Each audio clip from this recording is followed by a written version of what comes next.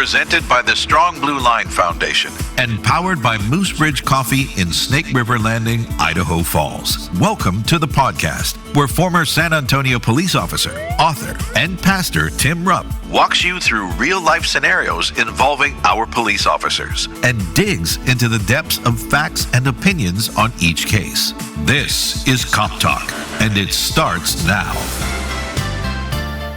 Hi, and welcome to Cop Talk, the radio show and podcast of the Strong Blue Line. I'm Tim Rupp, and joining me is my friend and the operations manager of the Rev.FM, Mr. Gary Austin. Hello, Gary. Hey, Tim Rupp. Happy middle of July. Yes, July 15th, man. My oldest daughter's birthday was yesterday. Very cool. 36-year-old daughter, man. Yeah, 36-year-old daughter. Yeah. Yeah. And just makes you younger. I tell you what, man, it's crazy. Crazy. Hey, you know, finally we're getting some nice warm weather, I'll say. Yes, we do. the it's been hot across the country, especially early July. Yeah. With all that heat really coming was. through and stuff. And whether, you know, and the disaster down in Venezuela. Mm-hmm. I'm not sure if they've got that count. It's going to be a while before they have this whole count. Yeah. Devastating. There's still a lot of people missing. Yeah. Anyways, we're going to talk about incels again. Oh, okay, incels. great. Well, what's that? We'll talk about it. Sounds like something you put in a battery or something. I don't know. Yeah. Anyway, incels. We will talk about that in a minute. But before we do, we're going to honor the officers who've been killed in the line of duty on this date in history. And Gary, I have Deputy Sheriff Gilbert Birchfield, and he's from the Saline County Sheriff's Office in Arkansas. And end of watch Thursday, July 15th, 1847. Ooh. That was quite a while ago. Yeah, it sure was. 1847. Deputy Birchfield was shot and killed while attempting to serve a warrant on a wanted man. Some things never change. The subject opened fire on his posse, killing Birchfield and a special deputy. Now, the special deputy is probably somebody who was deputized that day on the posse. It's like, I got to go arrest this guy. You're coming with me. Right. Raise your right hand. Take your badge and let's go. That's You're one of them done. deals. But Deputy Birchfield, 35 years old, was survived by his wife and 4 children. That's the only information we have on him. Huh. Yeah, very short. Yeah, before the West was wild. But that's right. Yeah, Long good old time ago. 1847. Yeah. What do you have there, Gary? This is a Escambia County Sheriff's Office out of Florida. End of watch July 15th, 2025. So just a year ago, 1 year ago. A year ago. So this is Deputy Casati and other deputies responded to a domestic call in Pensacola. And when they entered the home, a subject was holding a screaming female hostage and using her as a shield. The subject shot 3 deputies before he was struck once in the hand, and so he retreated into the bathroom. SWAT members were able to convince the shooter to surrender. 3 deputies and the female hostage survived their gunshot wounds. Deputy Cassidy was in critical condition for 20 days. After losing both kidneys and receiving a kidney transplant, Deputy Cassidy suffered from multiple medical issues. On July 15th, 2025, he passed away from medical conditions he developed due to his gunshot wounds. The suspect, who was the former boyfriend of the female he took hostage, was convicted of 4 counts of attempted murder, 2 counts of aggravated assault, armed kidnapping, and trespassing, and was sentenced to 4 life terms. Deputy Cassidy, 50, had served with the Escambia County Sheriff's Office for 6 years, survived by his wife, mother, 3 sisters, and 2 nieces. You know, and Gary, this happened in October of 2010 is when the shooting took place. Oh, yeah.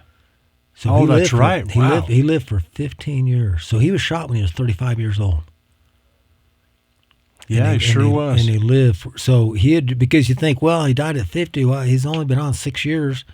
He became a deputy at age 28 or 29. With this agency. I don't know if he was a previous law enforcement before then. But then for 15 years, he had medical issues and finally succumbed to his wounds 15 years later. So That's a long time to live with. It seems like justice was served here, because he would have been convicted not of murdering the deputy, because the deputy had not died. Yeah. But now he has died.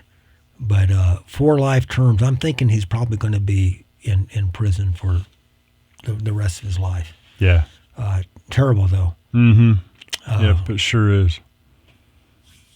Anyways, so we like to honor officers who were killed in the line of duty on this date in history. So there are 2 officers. And Gary, this comes out of Montreal, Canada, the story, which it caught my eye. I think it was on police1.com, and it caught my eye. And it comes out of Montreal, Canada. I'm just going to read a little bit about it. Police responded to a hotel in Montreal on June 22nd, so just last month, after a caller reported seeing a person pointing a gun from an upstairs window. This is out of a hotel, this large hotel. As officers arrived, the suspect allegedly fired more than 24 shots, including at responding officers. Police Chief Dagger told the Associated Press that the officers returned fire, killing the suspect, while nearby residents were ordered to shelter in place for more than an hour. Law enforcement sources told CNN that it is believed that the shooting was a targeted attack on police, and that's what really got my interest. Okay, so it's a targeted attack on police. I started doing some more research about this, and it says that the police were working to examine a more than 100-page manifesto in which was written by the gunman, and the document reportedly contains ISIL ideology. Well, you ask, Gary, what is ISIL ideology? Yeah, what is that, Tim Rupp? You remember from years ago. It's been 2 or 3 years ago. We talked about ISILs. And ISIL is short for involuntarily celibate. Involuntarily celibate. So, and some of the manifesto I looked up, and it says that the suspect in this case was Seth Scott Hatfield, 25 years old, from Lynchburg, Alberta. So he's from Alberta, which is just north of Idaho. Yeah. And Montreal, I think Montreal is further east, isn't it? Yeah. As I recall, yeah, it's over right. towards Ontario. Yeah. Yeah, so he's from Alberta though. So Alberta's kind of a country place, I think, from what I understand. It's me too.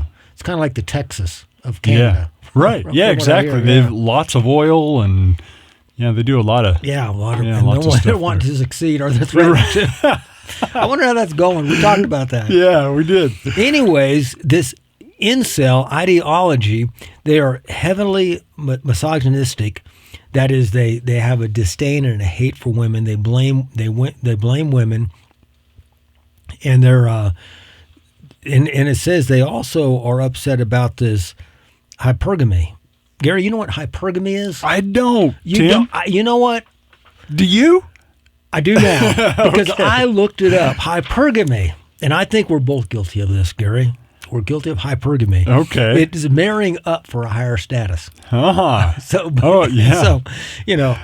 when Sherry said yes, I became a higher status. But what it really is, it's like, marrying somebody because marrying into money. Yeah. Or marrying into social or things like that. And so they're upset about this. So these incels, what they are, Gary, is it's guys that they are frustrated because they cannot engage in a romantic relationship with a woman. And so a lot of them are, awkward socially. Yeah.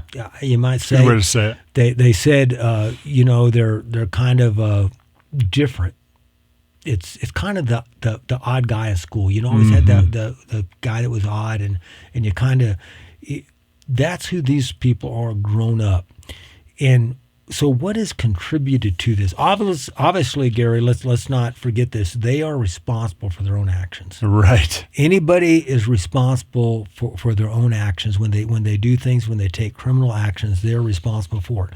Now, are there factors that could lead to this? Yes, there are. That does not excuse them of responsibility. I want to make that clear. But one of the things I started doing some research on this, and I started thinking about, where did this start? Where did we start getting these incels that would become violent and become this way in America? And I guess, Gary, I'd have to go back to the 1960s and 70s when we had the sexual revolution. Mm-hmm. And the sexual revolution, because young people wanted to be free to do what they wanted to do. And actually what that sexual revolution was actually freedom from God and God's authority. Oh, yeah. Freedom to do Right. as you want, to engage in sexual promiscuity and not be married, to be Mm-hmm. or even be married, and instead of saving sex for the marriage, they're having it outside or in addition to. And so and there's a lot of negative things came out of that. In other words, in fact, I would venture to say there's nothing good that came out of that. But a lot of the bad stuff that came out of that was obviously unwanted pregnancies. Mm-hmm. And because of that, then you started having this abortion issue and things and all this. And we know Roe versus Wade was passed in 1973, and, the abortion bill and all that kind of stuff. Not only that, sexually transmitted diseases became rampant. And then you also had the breakup of marriages, breakup of relationships. Mm-hmm. So all of that stuff should have been foreseen, but was probably not foreseen in that was this deal with incels and incels becoming violent. And what surprised me about this, as this article talked about incels, that this guy was an incel that did this, and part of his manifesto said things like he blames women for things. He calls for the restricting of women's rights and returning them to more traditional gender roles. So he's pushing back against that feminism stuff and all that kind of stuff. But what incels want to do, they really want to dominate women. Right. They want to use them, and they feel like they're getting passed over. And what they refer to the people they don't like is as Chads or Stacys. Yeah. And Chads are the guys that are just kind of like, I guess we would call them the playboy type, going around and having all the women he wants or whatever. And then the Stacys were the ones that would go along with that, and you see all this stuff going on. But what does this have to do with the guy wanting to shoot people? This is where the violence has led to. And this article, as it references another article that was written a couple years ago, but it's been updated. It's been recently updated. And this also comes from Police One, The Violent Fringe of the Incel Movement. And it talks about what's going on, some of the things that I just mentioned with this, but it also talks about different shootings. And what surprised me in this, Gary, is I did not realize some of these shootings that you and I are familiar with were actually committed by incels. Yeah, I didn't either. And so it kind of surprised me. The first one mentions in 2014, and this was in Isla Vista near the University of California. A 22-year-old killed 6 people, including 2 women, injured 14 others near the University of California, Santa Barbara. He explained his predicament, and this is from the shooter, quote, "I've been forced to endure an existence of loneliness, rejection, and unfulfilled desires because girls have never been attracted to me." I think that kind of wraps it up, what the incels are feeling. Me too. And Gary, I don't know if you've ever experienced loneliness in your life. Yeah. I know I have. I've experienced loneliness. I remember, as a kid, I was kind of I'm the kind of kid that had like one good friend. Mm-hmm. And I wasn't the one that had a whole bunch of different friends. Yeah. And when that friend went out and made other friends or something, I felt kind of like, lonely. Right. It was it was feeling sorry for myself. I got to admit that it was. And I was socially awkward, if you would. I was not comfortable and social because I was insecure and that kind of stuff. Yeah, right. But you think about that, they endure an existence of loneliness, rejection, and unfulfilled desires.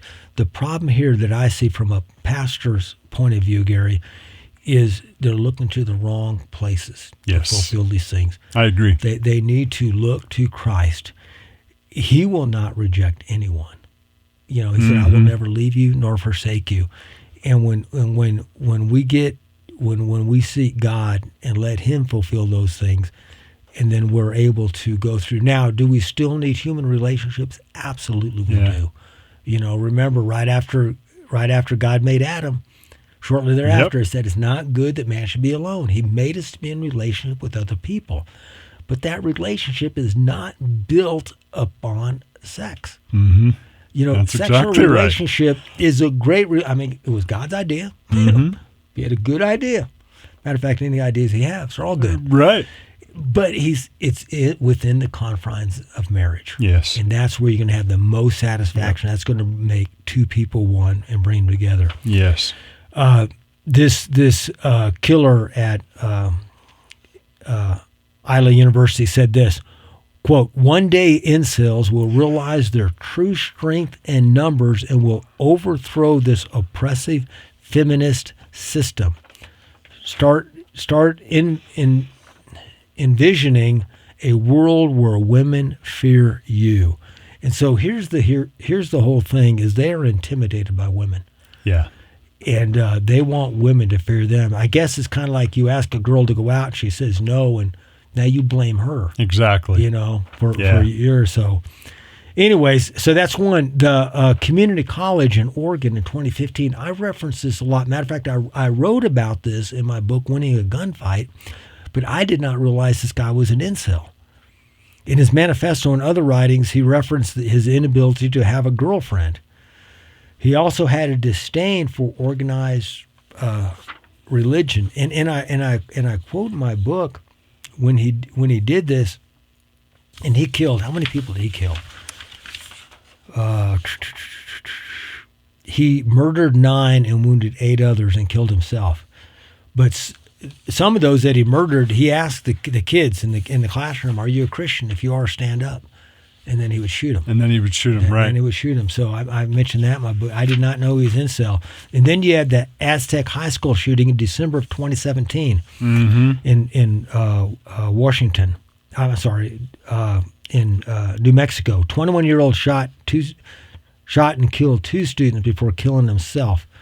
And he was an incel. And he says, "Work sucks, school sucks, life sucks." Well, a lot of us think that, but we don't want to kill That's people. right. Exactly. Then the Parkland shooting in Florida. Remember this? This was a big one in 2018. I can't believe it's been that long already. I know. 2018. 19-year-old killed 17 people and wounded 17 others at the Majority Stoneman Douglas High School in Parkland, Florida. He stated that the Isla Vista shooter would not be forgotten. Some incels now claim the Isla Vista, or claim this guy here, as we just have his initials, NC, as their hero. And then a Toronto attack in 2018. So this is another one in Canada. The 25-year-old shooter suspect purposely drove his rented van on the sidewalk in downtown Toronto. I remember that. I do too. I didn't realize he killed 8 women. I didn't either. And injured 2 men and killed 8 women and 2 men. Killed 10 people. And wounded. That's driving, Gary. Yeah. And they're worried about outlawing guns. They outlaw trucks. Oh, brother. Anyways, he said that the incel rebellion has already begun. We will overthrow all the Chads and Stacys. And so that comes from that Toronto van attack. In November of 2018, 40-year-old shot and killed 2 women at Hot Yoga Studio in Tallahassee, Florida, and injured 5 others. I want to get this, Gary. This guy was a veteran and former teacher with 2 graduate degrees. Oh, my goodness. So this wasn't all of them up to this point, but kind of young guys, Yeah. Young males, 18 to 20, 25, and this guy's 40 years old. The shooter had a criminal record of harassing women and uploaded misogynistic videos and articulated anti-black sentiments and compared himself to the Isla Vista shooter. This is the common thread, the Isla Vista shooter. Seems to be their hero. Yeah. Then in January of 2019, these are close calls. 27-year-old arrested in Provo, Utah, just down the road Close from to us. home, yeah. And he was on his way to attack a women's march event. Police found him by tracking him on his cell phone and his tips from Facebook. So people saw something and they reported it, and they were able to stop it. The police were able to stop it. So, and he said also that he's ready to die, and all the girls had turned him down. My goodness. And then in July of 2021, so this is only 5 years ago, a federal incident, an unsealed federal indictment revealed a 21-year-old was foiled in his attempt to conduct a mass shooting on the campus of Ohio State University. Now, Gary, that upsets me that this is a sealed federal indictment, and we had to wait for it to get unsealed. I mean, how long did that wait? I'm not sure how long that was. Obviously, you don't want to do it right away, but why is this information not getting out there? Right. What's That's going exactly on? right.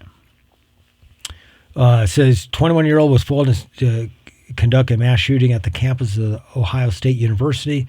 In his writings and online post, he referred to women as foids, short for feminoids, a dehumanizing term incels use to maintain a delusionary superiority over women.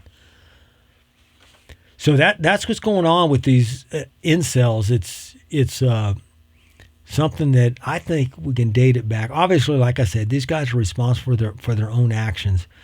But when we as a society tell young men the way to be successful is to have success over women in your romantic relationships and to dominate women, and when that is their goal, and when they can't reach that goal and then they turn to violence, then again it goes, why do people turn to violence? I started reading not too long ago Dave Grossman's book. He gave it to me a few years ago, but I've been reading so much stuff, I finally opened it up and started reading it. But he's writing about school shootings and things, and he ties a lot of the violence into the video games which I agree with that, but I still say it's deeper than that. It's a hard issue. Yeah. It's a hard issue because not everybody that watches video games, matter of fact, the vast majority that indulge in video games never turn to shootings. Right. Not saying that that's good for you to do that. It does desensitize you, and some of them kids are thinking they're just watching a video game as they're killing people.